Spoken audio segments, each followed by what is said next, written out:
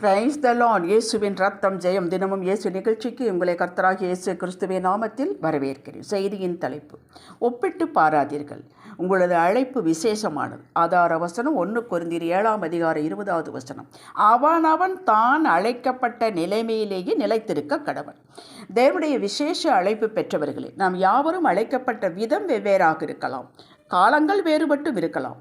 ஆனால் அழைத்தவர் ஒருவரே, அவரது நோக்கம் ஒன்றே, அது அவருடைய சித்தம் செய்வது. ஆண்டவருக்குள் வந்தது, ரட்சிப்பு பெற்றது எல்லாம் வித்தியாசமான சாட்சிகள் நமக்கு உண்டு. ஆனால் நாம் யாவரும் நம் தாயின் கருவிலே இருக்கும் போதே அவர் நம்மை கண்டு கொண்டார்.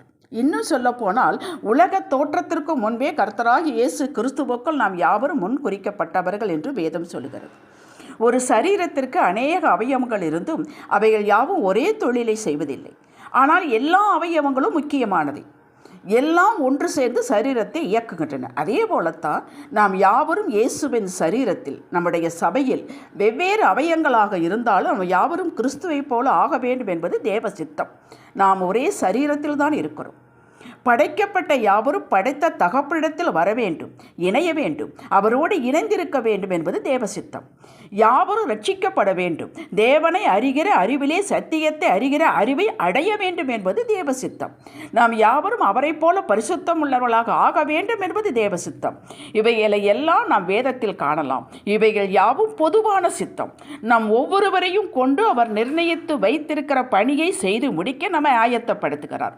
இதுதான் தனிப்பட்ட விசேஷித்த அழைப்பு. ஒவ்வொருவருடைய அழைப்பும் விசேஷித்தவைகளே. அழைத்தவர் பெரியவர், விசேஷித்தவர். இதில் பிரச்சனை என்னவென்றால், நம்முடைய அழைப்பை நாம் தெரிந்து கொள்வதற்கு முன் இவர்களைப் போல அவர்களைப் போல ஆக வேண்டும் என்று நம்முடைய அழைப்பின் நிலையை விட்டு மாறுகிறோம். இந்த இடத்தில் தான் ஸ்ட்ரெஸ் வருகிறது, ஃப்ரஸ்ட்ரேஷன் வருகிறது. ஆதாம் ஏவாளுக்கு இதுதானே நேரிட்டது. அவருடைய வேலை ஏதேன் தோட்டத்தை பண்படுத்தி பாதுகாக்க சொன்னார், தேவனோடு இணைந்திருக்க சொன்னார், உறவாடி கொண்டிருக்க சொன்னார், செய்து கொண்டிருந்தார்கள். எளிமையானது பல சமயங்களில் நமது கண்களுக்கு மதிப்பு பெறுவது. அது எளிமையான வேலையாகத்தான் இருந்தது. நம்மால் முடியாத காரியம், கஷ்டமான காரியம் சும்மா இருப்பது. இங்குதான் சாத்தான் ஆதாம் ஏவாளுக்கு வலையை விரித்தது போல நமக்கும் விரிக்கிறான். அந்த வேலை, அந்த பணி, அந்த மதிப்புமிக்க அந்த தொழில் மதிப்பு மிக்கது. இந்த வேலை யாரும் திரும்பி கூட பார்க்க மாட்டார்கள் என்று காதில் ஓதி அதை மனதில் தியானிக்க வைப்பான். நாம் யாராக மாற அழைப்பில்லையோ, மாற முடியாதோ, அவசியம் இல்லையோ அவர்களாக மாற தூண்டுவான் சாத்தான். மனைவி கணவனும் விரும்பி குணமிருந்துதான் பின் திருமணம் செய்து கொள்கிறார்கள். கொஞ்ச நாட்களிலேயே மனைவி கணவனை தன்னை போல அல்லது அந்த வீட்டு ஐயா இந்த வீட்டு ஐயாவை போல மாற்ற இறங்குகிறாள். பிரச்சனை ஆரம்பமாகிவிட்டது. இப்போ சொல்லுங்கள், பிரச்சனையை போட்டது கர்த்தரா? அவரவர் தம் நிலையிலே இருந்து ஒருவர் உதவியை இன்னொருவர் பெற்று குடும்பம் நடத்த வேண்டும். அப்படித்தான் குடும்பம் அமையும்.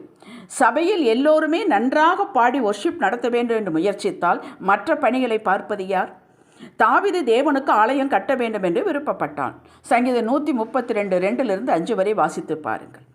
கர்த்தர் வேண்டாம், உன் மகன் சாலமோன் கட்டுவான் என்றார். அப்படியே சபதரித்த பொருள்களை கொடுத்து மகனை ஆசீர்வதித்தான். தாவீது கட்டவில்லை. தயவுசெய்து உங்களது பிள்ளைகளை மற்ற பிள்ளைகளோடு, உங்களது பெற்றோர்களை மற்ற பெற்றோர்களோடு ஒப்பிட்டு பார்த்து அங்கலாப்புப்படாதீர்கள். இதை கர்த்தர் விரும்புவதில்லை. யாரையும் யாரோடு ஒப்பிடாதீர்கள். உங்களுக்கு இன்ன தாளந்துகள், திறமைகள் உண்டு, அவைகள் எதற்காக கொடுக்கப்பட்டது என்பதை அறிந்து அதிலே நிலைத்திருங்கள். அதை தேவனுக்கென்று மனப்பூர்வமாய் நேர்த்தியாய் செய்யுங்கள்.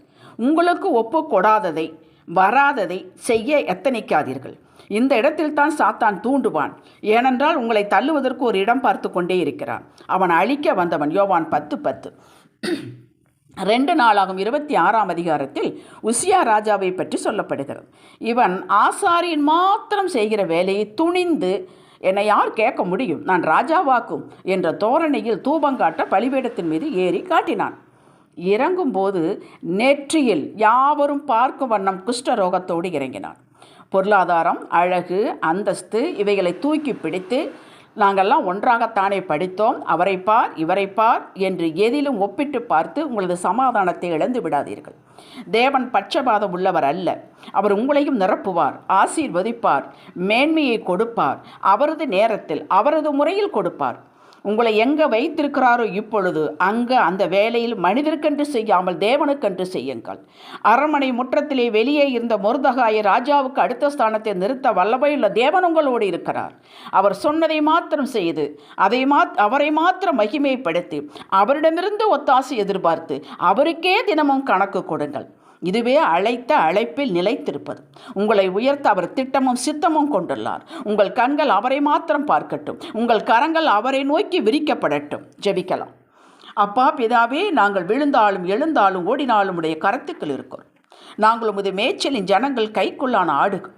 உமது சித்தம் எங்கள் வாழ்வில் நிறைவேறட்டும். அதை புரிந்து கொண்டு நடக்க அமைதி காக்க உம்முடைய கிருபை எங்களுக்கு வேண்டும். இயேசுவே நாமத்தில் பிதாவே, ஆமென். அல்லேலூயா.